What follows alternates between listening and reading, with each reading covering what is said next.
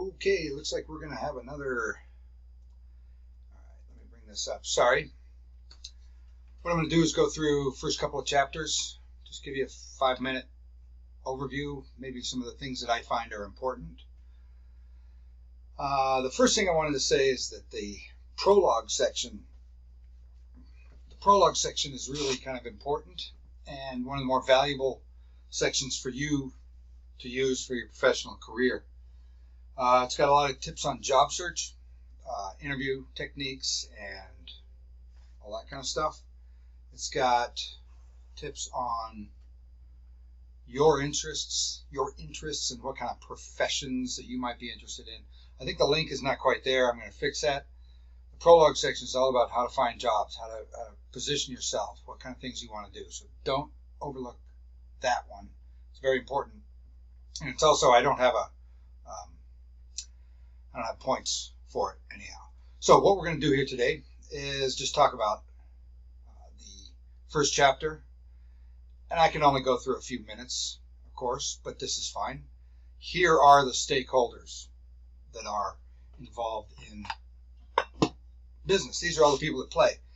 So it's not just one thing or one person. There aren't just customers. There aren't only dealers or retailers or employees.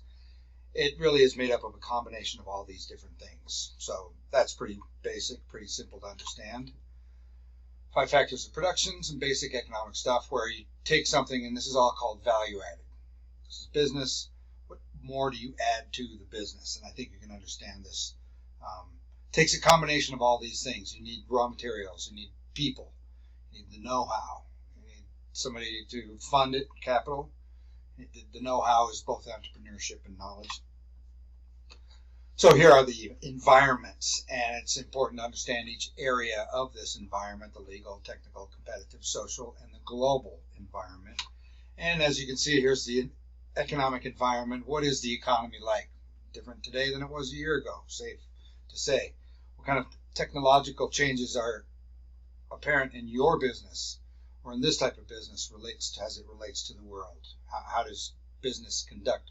Without technology, it's kind of difficult to imagine. Every business has a social aspect to it. Every business has competition, and the job and management of that is the central core of how businesses run. Again, this is very basic stuff. The global business environment involves all of these, of course. So there's things that have to do with the global environment, which have specifically quality and free trade. When you learn global business, you understand that there's borders that have to be crossed. Here in domestic business, at least in America, you never really have to worry much about crossing borders because there's no impediment to trade. Here in globally, it's a lot different.